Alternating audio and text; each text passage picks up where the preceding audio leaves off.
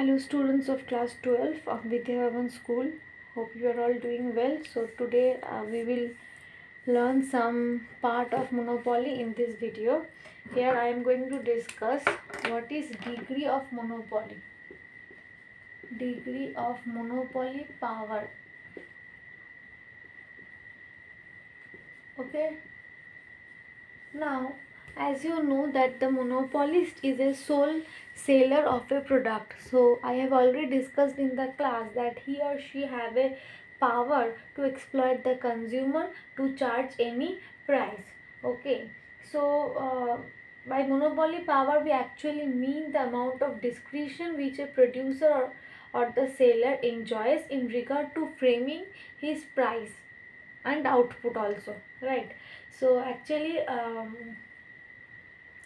it also you can say indicates the deviation from the perfect competition. So first of all you can just write that it is the power of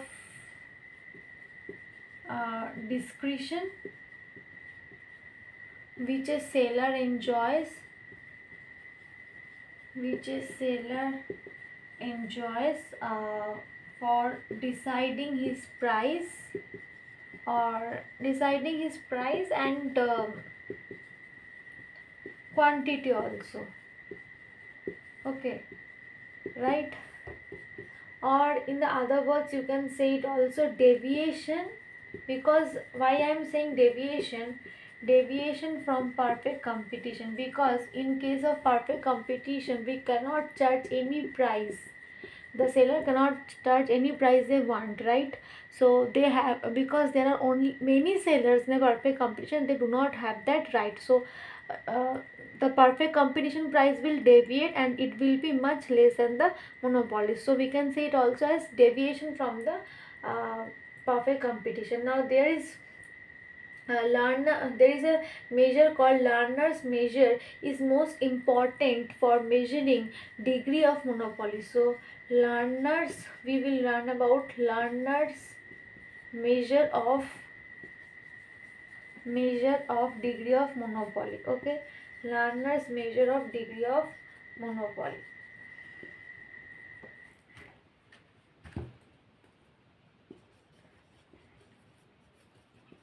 Okay, now Lerner's takes perfect competition as the situation where there is no monopoly power. Okay, now the greater the deviation from the perfect competition will be, the greater the you can say degree of monopoly power will be. Okay, now we know that under the equilibrium conditions of perfect competition. Okay, my equilibrium condition is what under perfect competition?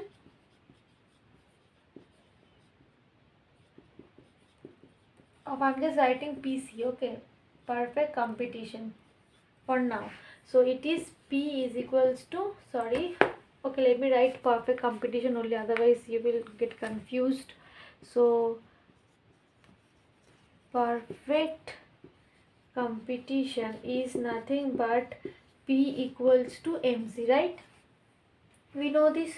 Now hence the difference, so I am telling what deviation from perfect competition. Okay, hence the difference between the price and marginal cost will indicate the deviation from the perfect competition. Okay, so the deviation is nothing but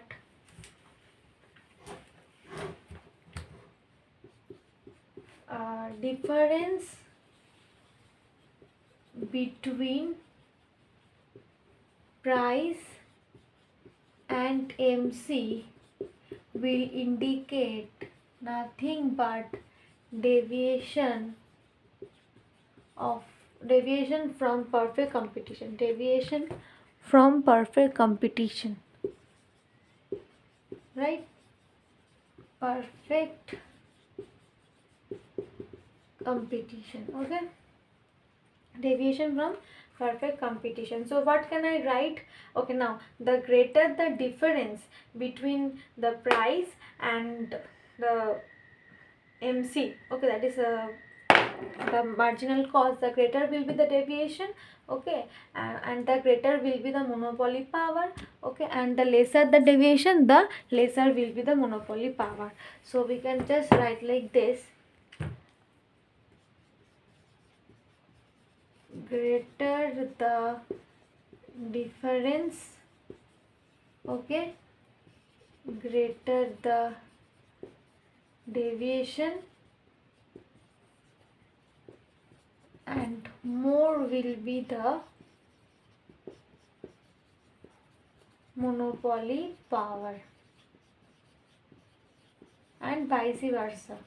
Vice versa means the opposite will also be the true, that is, lesser the difference, lesser will be the deviation, lesser will be the monopoly power, okay. Now learner express the difference between price and marginal cost as a proportion of the price, okay, and it called as the index of the monopoly power. So according to learner, so we can say that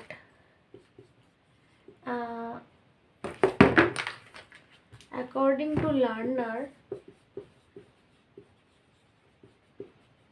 index of monopoly power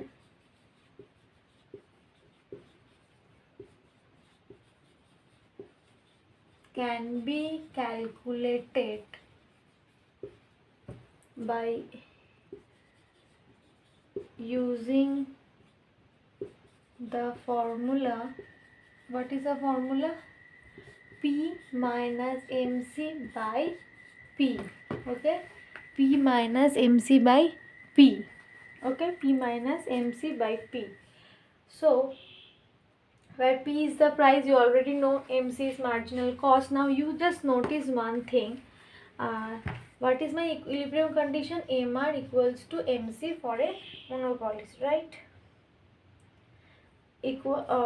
Okay, let me write in this manner. MR equals to, MR equals to MC, and MR is again equals to AR 1 by 1 minus absolute value of elasticity, okay. I have already told this, you told about this formula in the class, right? Now AR is equals to what? Price. We already know this, how AR is equals to, I have already shown you in the class. So can I write MR equals to MC equals to P 1 minus 1 by absolute value of elasticity of demand, okay. Now just see what I'm going to do. What my formula of learner's index of monopoly is P minus MC by P. So instead of writing MC, I can write this, because I have already shown this MR equals to MC equals to this. So instead of MC, I can also use this formula. So can I write P minus P 1 minus 1 by absolute value of elasticity by P, okay. Now just open the bracket and we will be left out with this, right? So we can cancel this P, okay. So this will be plus, okay, minus, this will be plus. So we will be left out will be P by E divided by P. So this will be, this P will cancel out, and then we will get E. So we can also say that Lerner's index of monopoly is the inverse of the elasticity of demand, right? Is the inverse or the reciprocal of the absolute value of the elasticity of the demand, okay. So it is inversely proportional with the elasticity. So if the elasticity is more, the monopoly power is less. If the elasticity is less, then the monopoly power is more, in this way, right? So this is the relation between my elasticity, and so we can just conclude like this: P minus MC by P equals to 1 by absolute value of elasticity, okay. So this is one relation between my Lerner's index of monopoly power with the elasticity, okay. So this much for this video. I hope you have understood. Thank you.